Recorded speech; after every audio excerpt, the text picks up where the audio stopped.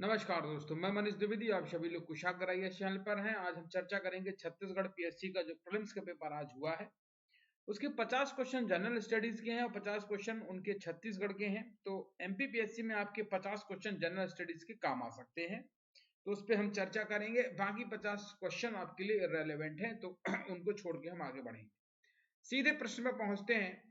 पहला प्रश्न जो आपका है वो है रॉलेट एक्ट।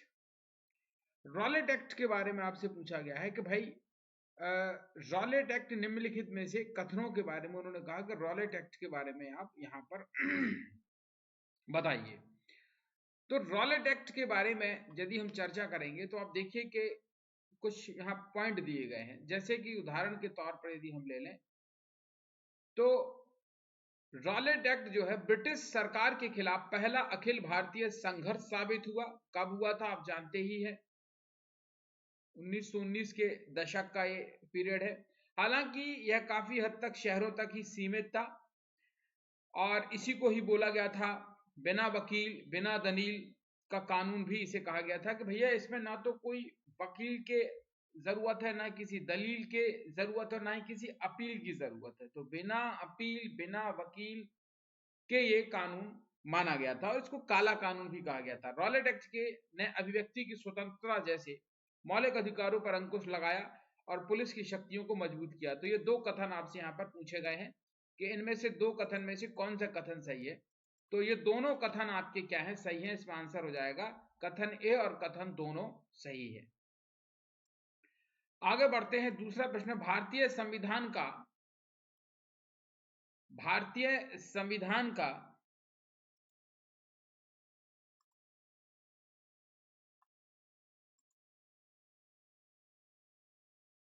एक मिनट,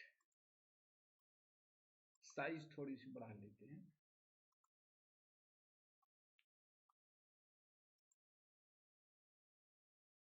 चलिए, हाँ, भारतीय संविधान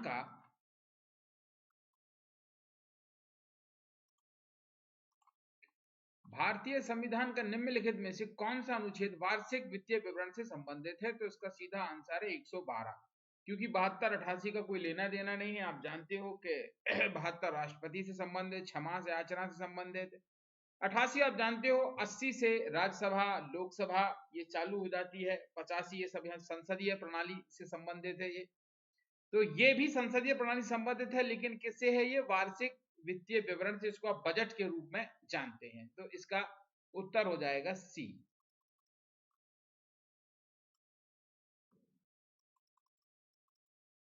आगे बात करते हैं इसमें,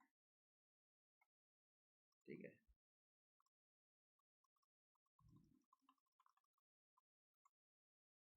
अब आगे हम इस पे बात करते हैं। तीसरा प्रश्न है आपका, निम्नलिखित में से कौन सा नास्तिक विचारधारा। देखिए, नास्तिक और आस्तिक का कंसेप्ट क्या है। जो वेदों को मानते हैं आप,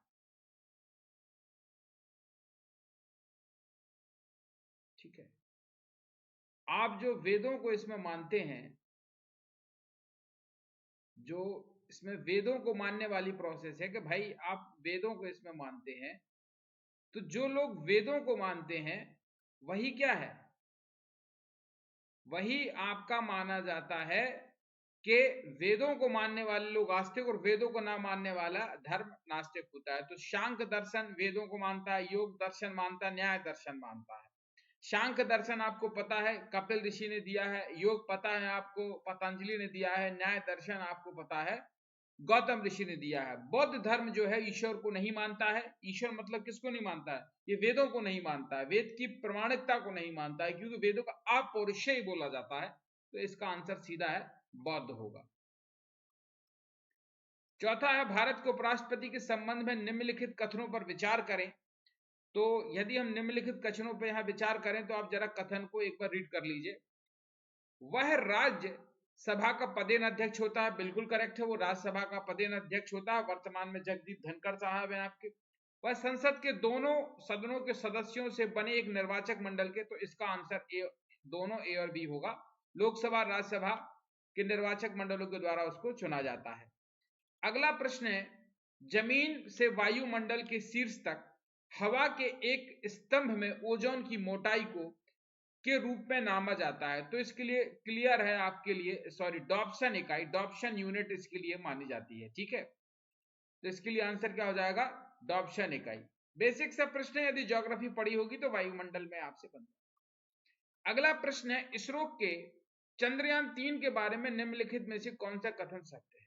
पहला कथन है, चंद्रयान-3 एक छोर से दूसरे छोर पर सुरक्षित रूप से उतरने और चंद्रमा के तल पर घूमने के लिए क्षमता का प्रदर्शन करने के लिए चंद्रमा 2 का अनुवर्ती था। आपको पता है चंद्रयान 2 आपका मिशन फेल हो गया था, उसमें संपर्क टूट गया था आखिरी समय में, आपको मालूम हो, तो ये हमारे लिए एक जो है समस्या क्रिएट हो गई थी। तो चंद्रयान तीसरा फिर हमने लॉन्च किया था, लेकिन इसका उत्तर ये वाला गलत है, LVM-3 नहीं था, वो LVM-3M4 द्वारा प्रक्षेपित किया गया था। तो इसका उत्तर मेरे हिसाब से केवल एक होना चाहिए। यदि उत्तर इसका और कोई आपको लगता है तो आप कमेंट सेक्शन में बता सकते हैं। जो मेरा स्टडी है, जो अनुमान है, रिसर्च है, उसके हिसाब से इसका उत्तर एक हो सकता है। तो ये मैं कहना चाहता हूं कि चंद्रयान-3 बड़ा इंपॉर्टेंट है आपकी दृष्टि से, पीएससी जो अभी आने वाली है, और इसका आंसर भी। निम्नलिखित में से कौन सा भारतीय इतिहास की घटनाओं का एक कालक्रम आपसे पूछा गया है। तो देखिए इसका कालक्रम मार्ले मिंटो सुधार, इसका आंसर सी हो जाएगा। 1909, जलियांवाला बाग त्रासदी 1919, गांधी रिवेंज समझौता 1931 और अगस्त प्रस्ताव 1940। तो ये इसका सही क्रम है, सी उत्तर है इसका। इसरो द्वारा हाल में ही शुरू किए गए XPO सेट, ठीक है, एक्सरे पॉलीमीर मीटर सैटेलाइट के बारे में निम्नलिखित कथनों पर विचार करने के लिए कहा गया है। यह चरम स्थिति में चमकदार खगोलीय एक्सरे स्रोतों की विभिन्न गतियों का अध्ययन करने वाला भारत का पहला समर्पित पॉलीरीमेट्री मिशन है। अंतरिक्ष यान पृथ्वी की निचली कक्षा में 2 वैज्ञानिक पेलोड ले जाता है। तो इसका आंसर जो है दोनों होना चाहिए। आप देख सकते हैं साइंस एंड टेक से किस प्रकार से प्रश्न आ रहा है। स्कर्वी बीमारी किसकी विटामिन सी की कमी से हो सकती है। राष्ट्रीय आय, ये इंडियन इकोनॉमी से प्रश्न आया है, तो राष्ट्रीय आय किसमें नापी जाती है। तो इसमें से उपरोक्त में से कोई नहीं होगा, क्योंकि नेशनल इनकम के लिए जो है ना, बाजार मूल्य पर जो एनएनपी दी गई है ना, वो अप्रत्यक्ष प्लस सब्सिडी करना था, यह माइनस नहीं होगी, है ना। उसमें से इनडायरेक्ट टैक्स और सब्सिडी आप हटा देंगे तो आपका वो निकलती है, ठीक है, जिसको आप बोलते हैं फैक्टर कॉस्ट पर निकलती है। हालांकि एक बड़ा कंसेप्ट है जो हम समझेंगे, यूनिट 6 जो इंडियन इकोनॉमी के एमपीपीएससी सिलेबस में जुड़ी है, उसको हम स्टार्ट करेंगे। जापान ओपन 2023 प्रो साइकिल का खिताब किस बैडमिंटन खिलाड़ी ने जीता। तो विक्टर एक्स जेलसन ने जीता है, ठीक है, थोड़ा सा नाम मैंने पढ़ा इसको, एक्जेल्सन ने जीता है, विक्टर एक्जेल्सन ने ये जीता है। तो ये स्पोर्ट्स से प्रश्न आया था। भारत छोड़ो आंदोलन की शुरुआत 1942 में हो चुकी है, मतलब इसका ए उत्तर होगा 1942। सर्वोच्च न्यायालय में सरकार का मुख्य विधिक सलाहकार और इसका प्राथमिक अधिवक्ता कौन होता है। ध्यान दीजिए, प्राथमिक अधिवक्ता की बात कर रहा है। हालांकि भारत का महान्यायाधिकर्ता, जिसको सॉलिसिटर जनरल बोला जाता है, ये प्राथमिक अधिवक्ता नहीं होता। प्राथमिक अधिवक्ता तो अटॉर्नी जनरल ऑफ इंडिया होता है। तो इसका आंसर क्या बन जाएगा, डी बन जाएगा, इनमें से कोई नहीं। निम्नलिखित कथनों पर विचार करो, नीचे दिए गए। इसमें एक प्रश्न आया है कि पानी में बड़ी मात्रा में पोषक तत्वों की उपस्थिति प्लावन मुक्त तैरने वाले जो ऊपर तैरते रहते हैं, काई शैवाल बोलते हैं, कि अत्यधिक वृद्धि का कारण बनती है। पोषक तत्वों की उपस्थिति के कारण, जिसे शैवाल प्रस्फुटन कहते हैं। शैवाल प्रस्फुटन पानी की गुणवत्ता और मछली मृत्यु दर में क्या है, गिरावट करता है। मछली मृत्यु दर में क्या करता है, वो गिरावट करता है। जबकि क्या होना चाहिए, पानी में जब ऑक्सीजन कम हो जाएगी और पानी की गुणवत्ता और मछली की मृत्यु दर में गिरावट का कारण बनता है। हालांकि ये प्रश्न में आप देखेंगे थोड़ा सा बेसिक है, और इसका आंसर सी बनेगा, कथन ए और दोनों सही नहीं है, ठीक है। क्योंकि देखिए, पानी की गुणवत्ता में तो गिरावट आती है, लेकिन मछली की मृत्यु दर क्या है, गिरती नहीं है, बढ़ जाती है। ऑक्सीजन की कमी होगी तो मछली मरेगी। साथ में अत्यधिक वृद्धि का कारण बनती है पोषक तत्वों की उपस्थिति से, जो है क्या है, जिसे जैव, ये तो ये इसका आंसर सी हो जाएगा, ठीक है। फिर केंद्रीय औद्योगिक सुरक्षा बल CISF के महानिदेशक के रूप में नैना सिंह को चुना गया। हिंदी में थोड़ा सा इनका नाम गलत है, नीना सिंह नाम है, ठीक है, तो इंग्लिश में नीना सिंह ही आ रहा है, तो इसका इंग्लिश वाला वर्जन ले लिया जाएगा। भारतीय रेगिस्तान के बारे में निम्नलिखित में से कौन सा कथन सही है? भारतीय रेगिस्तान अरावली पहाड़ियों के पश्चिमी किनारे पर स्थित है, बिल्कुल है। इस क्षेत्र में प्रतिवर्ष 150 मिलीमीटर से बहुत कम बारिश होती है, बिल्कुल है। 15 से 25 सेंटीमीटर ही बारिश होती है, ये कथन भी सही है। लूनी इस क्षेत्र की एकमात्र बड़ी नदी है, ये भी सही है। तो इसका आंसर क्या हो जाएगा? डी हो जाएगा। उपरोक्त सभी जो है इसका आंसर हो जाएगा। क्लियर? यस और नो? ठीक है, चलिए आगे बढ़ते हैं हम। निम्नलिखित में से कौन सा मंदिर वास्तुकला का वेसर शैली का उदाहरण है? क्लियर है, ये कंदरिया महामंदिर यहाँ आपके खजुराहो में है, ये आपका नागर शैली का है। श्री राम मंदिर अयोध्या का भी नागर शैली का है। तो इसका होयसलेश्वर मंदिर हो जाएगा। इसको होयसल वंश के राजा विष्णुवर्धन ने चोलों पर विजय को उपलक्ष्य बनाया था। तो ये मिश्र श्रेणी का है, तो इसको बेसर शैली में आप काउंट कर सकते हैं। आगे बढ़ेंगे हम तो देखेंगे कि एयर इंडिया के माइक्रोसॉफ्ट की एज़ोर ओपन एआई सेवा द्वारा शक्ति प्राप्त जनरेटिव एआई, ये महाराजा ही है। आपको मालूम होगा एयर इंडिया पहले एक महाराजा का लोगो यूज किया करती थी, तो ये आभासी जो एजेंट है ना, ये महाराजा ही है। काफी मीडिया में प्रचलित रहा, आपने यदि आप न्यूज को फॉलो करते होंगे तो बन जाएगा। संघ और उसके अधिकार क्षेत्र के बारे में कथन है 28 राज्य और 8 संघ शासित प्रदेश हैं, बिल्कुल सही, 28 राज्य हो गए हैं। ठीक है, और अब आप देखेंगे तो 8 संघ शासित प्रदेश क्षेत्र हो गए हैं, जिसमें आप गिन सकते हैं चंडीगढ़ है, दिल्ली है, पौंडीचेरी है, और दादर नागर हवेली और दमन दीव एक कर दिया गया है। ठीक है, J&K है, आपका लद्दाख है। तो आपके इस तरीके से जो है 6 उन्होंने संघ शासित प्रदेशों की उन्होंने बात की है आपसे। ठीक है, इसके अलावा यदि आप देखें तो लक्षद्वीप है, ठीक है, अंडमान निकोबार है। तो 8 संघ शासित प्रदेश हो गए हैं और 28 राज्य है।